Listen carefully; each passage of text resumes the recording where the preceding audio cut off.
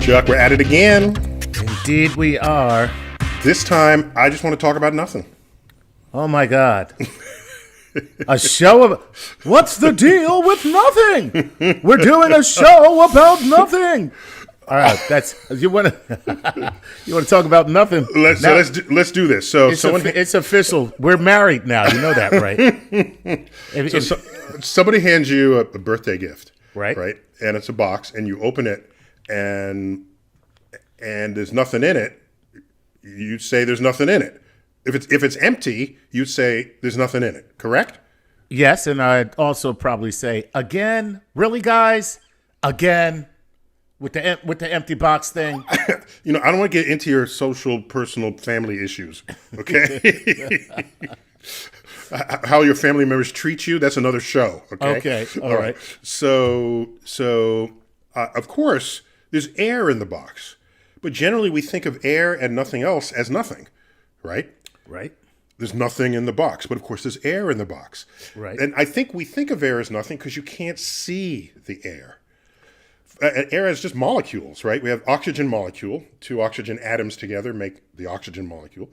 We have 2 nitrogen atoms together make the nitrogen molecule. That's 98%, 99% of all the molecules you are inhaling. There's others, a little bit of CO2, right, trace amounts of other atoms and molecules. But the main ones are oxygen and nitrogen, and they're transparent.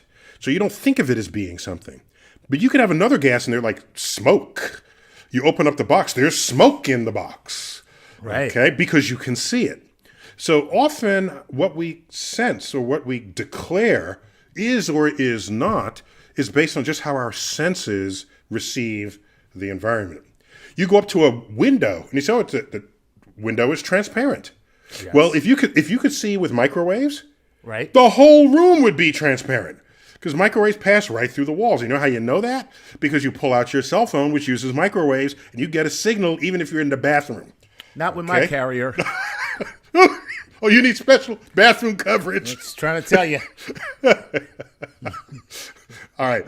So how many molecules are there? So there's about 10 to the 25th power, 1 with 25 zeros worth of air molecules in a cubic meter. Okay, that's a lot. A little bigger than a cubic yard. Okay, that's a lot of molecules. That's a lot of molecules. Even that number has a name, a septillion. Septillion. That's right. So now, you want to do better than that? Let's create a laboratory vacuum. Okay. Okay. If air is something more than nothing, then let's get rid of the air. Let's go ahead and do that. So Suck it out. Let's get one of the best laboratory vacuums there is, okay? So that can pump out the molecules and leave you with about 10 billion molecules per cubic meter. Wait a minute. After you suck everything out. That's kind of the best you can do with That's the best you can do. You still got 10 billion. I'm sorry, Chuck. I took it from 10 to the 25th power to 10 to the 10th power. I'm just saying. Are we using a Dyson? Okay. Are we using a Dyson? Because maybe Dyson vacuum would totally kick ass. Right. We might do better. Okay. Let's call Dyson, see if they'll sponsor this bit. Exactly. Okay.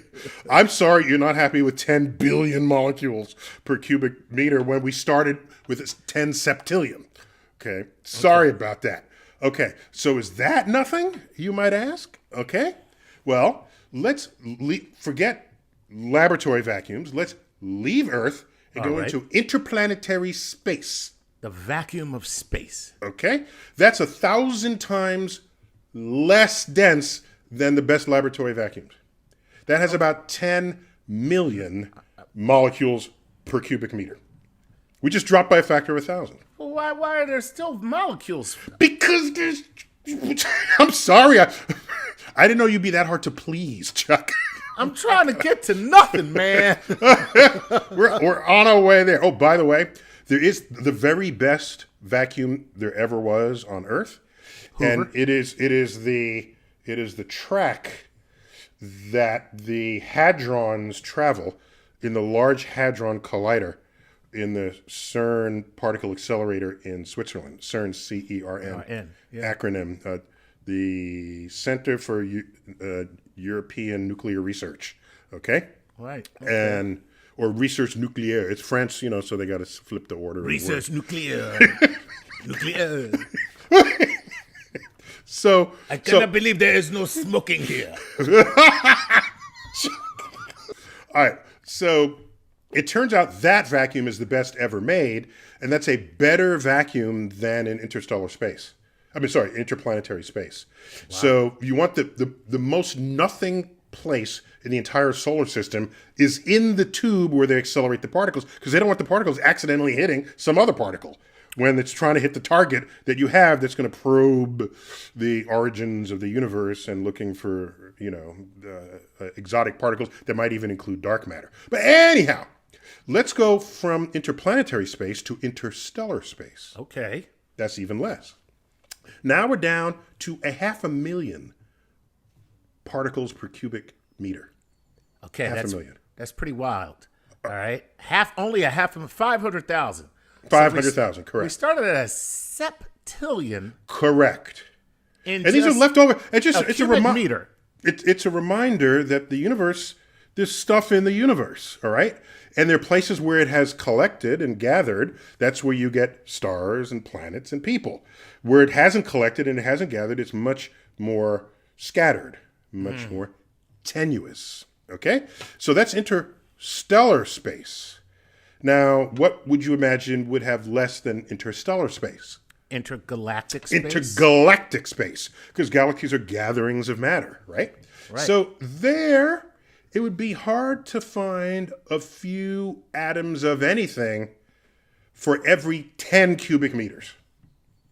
But it's still not nothing. Excuse me, I'm on my way there. Damn, you are the most impatient. This thing only lasts 10 minutes, and you can't even just... I'm just saying, we're all the way out into intergalactic space, yes. Okay? Yes. I am light years away from home, and it's like driving between here and, like, Vegas. And, there's just a lot of nothing going on, and I'm still not at nothing, though. You're still not at nothing. Okay, so now... So rather than give real live examples, let's give examples that we would imagine you could produce, which is get rid of those 500,000 atoms per 10 cubic meters. Just figure out a way to not have them, okay? So now we have a completely empty box, empty of all matter. Okay. Now we ask, is that nothing? Yeah, because there's nothing in the box. Except quantum physics. Oh, God. There's such a thing as virtual particles that come into existence and then go out of existence in less time than you can actually measure their existence. And totally empty space is seething with virtual particles.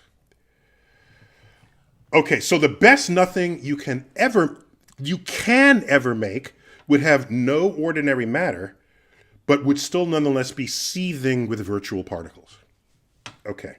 Wow. Now, let's ask a question. Suppose you could step out of our universe so that there's not even the no matter and there's not even the virtual particles. I'm willing to do that. Okay, so there's not even nothing. Right. So we could get lazy and just call it nothing. Right. But I think there's a greater nothing than even that. And this is where I want to leave you. This is where I want to deposit you in the greater universe. Nothing than you ready? Nothing. Imagine you take away all matter and somehow configure a way where there's not even virtual particles. Right. You would still have the laws of physics. Okay. Is a region of space nothing if the laws of nature still apply inside that space? See, you're thinking of nothing as substance, and I'm thinking of nothing as not even anything that is anything about anything. So if you systematically remove all laws of physics, all laws of nature, then you have a region of, I can't even call it space, because space is a thing. Space can bend according to Einstein relativity. That's a thing. The fabric of space. The fabric of space. No matter what's in it will bend, with or without virtual particles. It's still a thing. Right. Okay?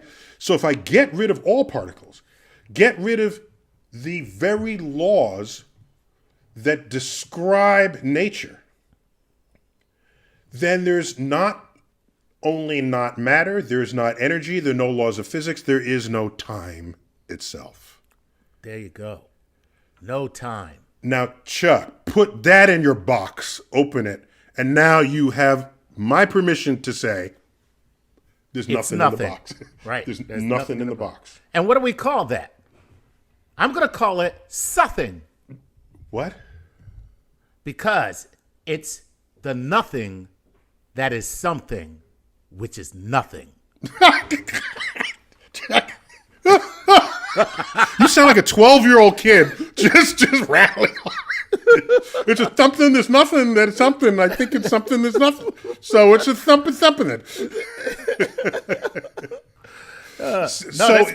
That's pretty intense to think about, though, because where you got me is because no laws of physics, now you can't even have time. Now there really is no thing there at all. Correct. And, you could take this one step higher and say the fact that I can describe it as being nothing has given meaning to the thing, allowing me to say that it's not nothing because I can describe it as having nothing. Right. So yeah. So now that so philosophically, right? It's partly a language issue, partly a physical issue. What does it mean to be able to describe something at all that is nothing? That means you've described something that is a thing. Right. Now let me say, let's not even have anything that you can describe. Right. Now you got nothing. Now you got nothing. And what do you call that? See? Because you can't call it nothing. That's the point. No, that's the whole point. You can't call it anything because then you've just contained it. Right. You've just turned it into a thing that's a thing. That's right. Oh, man. See, that's pretty wild. There you go. That is wild. Oh. So, okay. Now, for those of you who would like to now go smoke your marijuana and rewatch this, this is what I am saying to you.